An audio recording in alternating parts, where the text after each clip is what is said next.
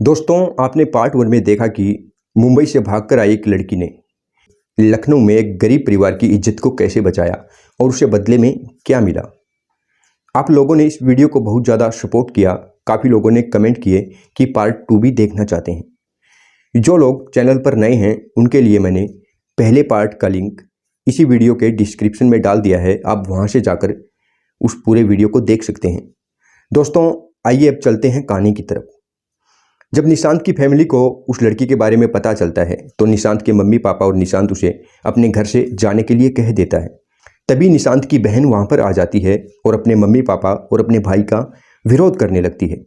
कहने लगती है कि ये समाज हम लड़कियों को गंदा बनाता है, हमें कोठे पर ले जाकर बेच देता है, कोठे पर जाकर सोता है। तब किसी की इज्जत बीच में नहीं आती और जब किसी को अपनाने की बात आती है तो ये इज्जत बीच में आ जाती है। वो कहती है कि मम्मी पापा, आज से तुम्हारे साथ मेरा कोई भी रिलेशन नहीं, ना ही तो मेरे पास कॉल करना, ना ही किसी भी तरह कांटेक्ट करना। वो कहती है कि जिस दिन आप लोग अंजलि को अपने घर की बहू बना लो उस दिन मैं आपकी बेटी हूँ। और निशांत से कहती है कि तुम्हारी बहन हूँ, उससे पहले मेरा तुम्हारे साथ कोई भी रिश्ता नहीं है। वो उस लड़की को लेकर चली जाती है और अंजलि से कहती है कि जब तक कोई सॉल्यूशन नहीं हो जाता तुम मेरे घर पर रह सकती हो। दोस्तों, अंजलि कहती है कि जब आपके मम्मी पापा और भाई को मेरी असलियत के बारे में पता चला, उन्होंने मुझे घर से बाहर निकाल दिया, तो क्या आपके सास ससुर और पति को मेरी हकीकत पता चलेगी तो क्या उनको परेशानी नहीं होगी। दोस्तों, वो लड़की कहती है कि मुझे अपने हाल पर छोड़ दो, मेरे कारण तुम क्यों परेशानी में आती हो।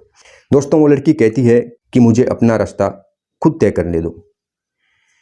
अब उस अंजलि के पास इतने पैसे भी नहीं होते, 8-10 हज़ार रुपये बचे होते हैं, क्योंकि उसके पास जो पैसे थे वो पैसे वो निशांत की फैमिली पर खर्च कर चुकी होती है। तभी दोस्तों, जो अंजलि होती है वो एक लॉज में एक सस्ता सा कमरा लेकर रहने लगती है। 5-7 दिन तो उसके गुजर जाते हैं। उसके बाद उसके पास पैसों की कमी आ जाती है और उसे मजबूर होकर उस लॉज को छोड़ना पड़ता है। वो पूरे दिन भर शहर में इधर उधर घूमती रहती है, अपना टाइम पास कर लेती है और शाम हो जाने पर सड़क किनारे बने एक चाय की दुकान पर जाकर बैठ जाती है। सभी लोग चले जाते हैं, समय बहुत ज़्यादा हो जाता है। जो चाय की दुकान का मालिक होता है वो उस लड़की से कहता है कि क्या तुम्हें कोई परेशानी है जो तुम इतनी रात तक यहाँ पर बैठी हो।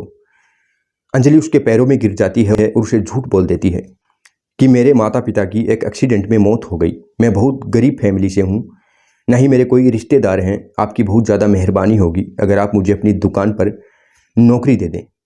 चाय वाला कहने लगता है कि मैं पहले ही खुद गरीब हूँ, तुम्हें कहाँ से नौकरी दूँ। लेकिन दोस्तों, उसके काफ़ी गिड़गिड़ाने के बाद वो उसे अपनी चाय की दुकान पर रख लेता है। अंजलि उसकी चाय की दुकान पर काम करती और वहीं पर सो जाती। दोस्तों, अंजलि के आ जाने से उस चाय वाले की इतनी ज़्यादा बिक्री होने लगती है, उसका धंधा दिन दूनी रात चौगुनी चलने लगता है। उसी दुकान पर एक बहुत बड़ी कंपनी का मैनेजर भी शाम को जब अपने घर जाता तो एक चाय पीकर जरूर जाता। अंजलि बहुत ज़्यादा सुंदर होती है, साथ ही साथ बातूनी भी होती है, तो उस मैनेजर के साथ भी मिक्स हो जाती है। हालांकि वो उससे कभी हेल्प के लिए नहीं कहती। एक दिन वो अपने ही मालिक से कहती है कि अंकल जी, अब मैं कुछ बड़ी नौकरी करना चाहती हूँ, आपकी बहुत ज़्यादा मेहरबानी होगी अगर आप मुझे कहीं पर नौकरी दिला दें। अब जो चाय बेचने वाला होता है वो सोचने लगता है अगर ये मेरी दुकान पर से चली गई तो मेरा तो धंधा ही ठप हो जाएगा। दोस्तों, ऐसे ही करीब 10-15 दिन गुजर जाते हैं। उधर जो बैंक मैनेजर होता है वो हर रोज़ उस लड़की को देखता, उस लड़की के साथ उसके इमोशन जुड़ जाते हैं। हालांकि उसके दिल में उस लड़के के लिए कुछ गलत भावनाएं नहीं होती। दूसरी तरफ लड़की जहाँ से भाग कर आई थी, उस कोठे के जो मालिक होता है उसने अपने सभी खबरियों को अलर्ट कर दिया था कि इस लड़की को किसी भी तरह खोज कर लाओ। दोस्तों, आप जानते ही हो ऐसे लोगों का जो दायरा होता है वो कितना बड़ा होता है। सभी लोग उसे तलाशने लग जाते हैं। भारत के हर कोने में ऐसे लोगों के लिंक तो होते ही हैं। आखिरकार कब तक अंजलि उन लोगों से बच पाती। दोस्तों, ऐसे ही एक दिन चाय की दुकान पर मुंबई कोठे के मालिक का आदमी बैठा होता है और उसकी नज़र अंजलि पर पड़ती है और देखते ही वो हैरान हो जाता है। अब वो उस दुकान पर काम कर रही होती है तो उसे डायरेक्ट पकड़ भी नहीं सकता था, कुछ कह भी नहीं सकता था। तभी वो चाय वाले से चुपके से कहता है कि ये लड़की तुम्हें कहाँ से मिली और उसे सारी हकीकत बता देता है।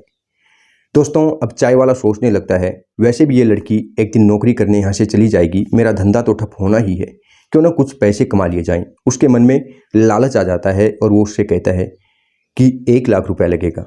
दोस्तों वो आदमी उससे कहता है कि 1 लाख तो नहीं है, मैं तुम्हें 50,000 रुपये दे सकता हूँ। 50,000 में उस लड़की का सौदा तय हो जाता है और जो चाय वाला होता है अंजलि से कहता है कि मैंने तुम्हारी नौकरी फिक्स कर दी है, ये अंकल तुम्हें अपने साथ ले जाएंगे और एक अच्छी जॉब दिला देंगे। ये मेरे जानकार हैं, मैं इन्हें पर्सनली जानता हूँ। दोस्तों चाय वाले पर वो भरोसा करती थी तो वो उनकी गाड़ी में बैठ जाती है। उधर जो कंपनी का मैनेजर होता है वो शाम को जब उस चाय वाली दुकान पर पहुँचता है तो उसको लड़की दिखाई नहीं देती। वो चाय वाले से अंजलि के बारे में पूछने लगता है तो चाय वाला उसे सही जवाब नहीं दे पाता। उसे ऐसे लगने लगता है कि शायद ये परेशान है या तो इसने उस लड़की के साथ गलत किया है, ज़रूर कुछ ना कुछ गड़बड़ है। वो पुलिस को इस बारे में खबर दे देता है और जब पुलिस सख्ती से चाय वाले से पूछती है तो वो सब कुछ उगल देता है कि एक सफ़ेद स्कॉर्पियो में वो लोग उसको लेकर गए हैं। पुलिस अपना नेटवर्क तेज कर देती है, दोस्तों खबरियों को अलर्ट कर देती है। आखिरकार 24 घंटे बाद कानपुर में वो लड़की पुलिस को मिल जाती है। पुलिस उस लड़की के साथ साथ 2 लड़कियां और मिलती हैं जिनको वो बेचने के लिए कहीं पर लेकर जा रहे थे। जो बैंक मैनेजर होता है उसका नाम अमन होता है, वो उस लड़की को अपने साथ ले जाता है और कहता है तुम्हें चिंता करने की ज़रूरत नहीं, मैं तुम्हारे बारे में सब कुछ जान चुका हूँ, तुम मेरे साथ रह सकती हो। दोस्तों जो अमन होता है उसकी बाकायदा बहन होती है, मम्मी होता है, पापा होता है, भरी पूरी फैमिली होती है। वो अपनी फैमिली को सारी हकीकत बता देता है, उसकी फैमिली भी उसे एक्सेप्ट कर लेती है। लड़की काफ़ी पढ़ी लिखी होती है तो उसे अपनी ही कंपनी में रिसेप्शनिस्ट का जॉब दिला देता है। दोस्तों उधर जो निशांत की फैमिली होती है उसकी कंडीशन बहुत ज़्यादा गड़बड़ाने लगती है, क्योंकि जो निशांत का पापा होता है वो इस गम में कि मेरी खुद की बेटी ने एक वेश्या की लड़की के लिए अपने बाप को ठुकरा दिया, अपने घर को ठुकरा दिया, उसका हार्ट अटैक हो जाता है, उसकी मृत्यु हो जाती है। अब कमाने वाला वो अकेला होता है तो घर में जाहिर सी बात है आर्थिक तंगी तो आएगी ही। दोस्तों ऐसे ही जो निशांत होता है उसको सरकारी नौकरी मिल नहीं पाती। अब वो प्राइवेट नौकरी के लिए जब भी इंटरव्यू देने जाता तो उससे हर बार एक्सपीरियंस मांगा जाता, एक्सपीरियंस उसके पास होता नहीं। बिना एक्सपीरियंस के 8-7 हज़ार रुपये की नौकरी मिलती, उसमें उसका गुजारा नहीं होता। वो बहुत ज़्यादा टूट जाता है, बहुत ज़्यादा गरीबी आ जाती है। आखिरकार वो एक दिन सोच लेता है क्यों ना चाय की दुकान ही खोल ली जाए, कम से कम 10-12 हज़ार रुपये तो पड़ ही जाएंगे। निशांत चाय की दुकान खोल लेता है। दोस्तों करीब 2 साल गुजर जाते हैं। जो लड़की होती है वो बहुत ज़्यादा तरक्की कर लेती है, वो रिसेप्शनिस्ट से मैनेजर बन जाती है। एक दिन वो अमन के साथ अपने घर पर जा रही होती है, तभी उसकी नज़र निशांत पर पड़ती है। वो तुरंत अमन से कहती है क्यों ना एक चाय पी ली जाए। वो उसकी दुकान पर जाती है। जो निशांत होता है उसे देखते ही उसका चेहरा सफ़ेद हो जाता है। हालांकि लड़की उससे कुछ नहीं कहती, न ही निशांत उससे कुछ बोलता, क्योंकि अंजलि के साथ अमन होता है उसने सोचा कि शायद इसने शादी कर ली होगी। वो चुपचाप वहाँ से चली जाती है और एक दिन वो अकेली ही निशांत से मिलने के लिए आती है। तभी वो पूछती है कि आपकी ये हालत कैसे हुई, आंटी अंकल कैसे हैं। तो वो रोने लगता है, कहता है कि मेरे पापा करीब 1 साल पहले चल बसे, मुझे सरकारी नौकरी मिल नहीं पाई। प्राइवेट नौकरी में इंटरव्यू के लिए जाता तो हर जगह एक्सपीरियंस के बारे में पूछा जाता, तो मैंने परेशान होकर हालातों से हार कर ये चाय की दुकान कर ली। दोस्तों अंजलि उससे कहने लगती है कि तुमने मेरी कोई भी बात आज तक नहीं मानी, कम से कम मेरी एक रिक्वेस्ट तो मान सकते हो। वो कहता है कहो। वो कहती है कि ये काम तुम्हारे लायक नहीं है, मैं तुम्हें एक अच्छी नौकरी दिलवा सकती हूँ। दोस्तों अंजलि के कहने पर वो हाँ भर लेता है और अंजलि उसे अपनी ही कंपनी में एक जॉब दिला देती है। उधर जो अंजलि होती है उसके निशांत के साथ नज़दीकियाँ बढ़ने लगती हैं। उधर जो अमन होता है उसके दिल में भी अंजलि के लिए प्यार आने लगता है। अब जो अमन होता है एक दिन अंजलि से कहता है कि अगर तुम्हें कोई एतराज़ न हो तो मैं तुमसे शादी करना चाहता हूँ, मेरी पूरी फैमिली बिल्कुल खुश है, तुम्हें अपनाने के लिए राज़ी है। दोस्तों वो उससे कहती है कि क्यों नहीं, तुम्हें कोई एतराज़ नहीं तो मुझे क्यों होगा। उधर जो अमन होता है एक दिन वो उसे प्रपोज कर देता है कि जब तुम हमें छोड़कर चली गई थी तो मेरे मम्मी पापा को बहुत ज़्यादा पश्चाताप हुआ, मैं भी बहुत ज़्यादा दुखी हुआ, लेकिन तुम्हें कहाँ तलाशता, तुम तो जा चुकी थी।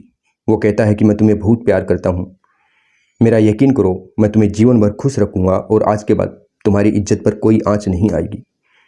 दोस्तों, अंजलि के दिल में भी उसके लिए प्यार होता है, क्योंकि पहले निशांत उसकी लाइफ में आया था। दोस्तों, अब जो अंजलि होती है वो परेशान हो जाती है, एक तरफ कुआं तो दूसरी तरफ खाई। एक तो अमन होता है जिसने उसे एक अच्छी लाइफ दी, एक इज्जत की लाइफ दी। एक तरफ वो निशांत होता है जिसके जरिए वो यहाँ तक पहुँच पाई। वो उदास रहने लगती है, परेशान रहने लगती है। तभी जो अमन होता है एक दिन उससे पूछता है कि तुम उदास क्यों रहती हो?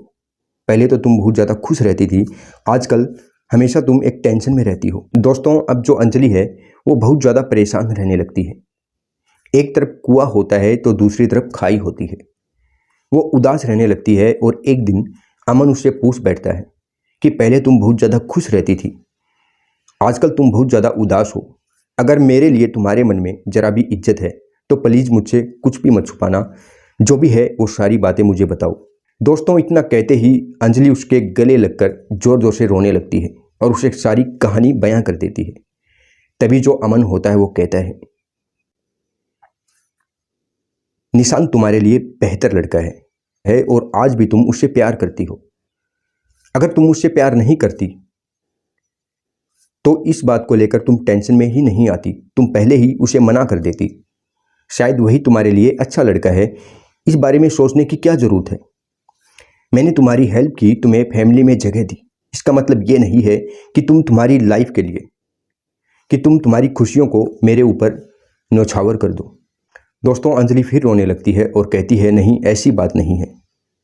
लेकिन अमन कहता है कि कोई बात नहीं, शायद मुझसे बेहतर तुम्हारे लिए वही लड़का है। अब दोस्तों, जो अमन होता है वो अपने माता पिता से बात करता है, अंजलि की शादी उस लड़के के साथ तय कर देता है। जो अमन के माता पिता होते हैं वो अंजलि का कन्यादान करते हैं और बहुत ज़्यादा धूम धड़ाके से अंजलि की शादी करके उसे निशांत के घर विदा कर दिया जाता है। लेकिन दोस्तों, सोचने की बात यह है कि अंजलि से सच्चा प्यार कौन करता था, निशांत या अमन? ये बात आप कमेंट बॉक्स में कमेंट करके ज़रूर बताना। अगर आपको कहानी अच्छी लगी हो, वीडियो पसंद आया हो तो प्लीज़ चैनल को सब्सक्राइब और वीडियो को लाइक ज़रूर करना। एक बार फिर मिलेंगे ऐसी ही सच्ची कहानी के साथ, तब तक के लिए नमस्कार।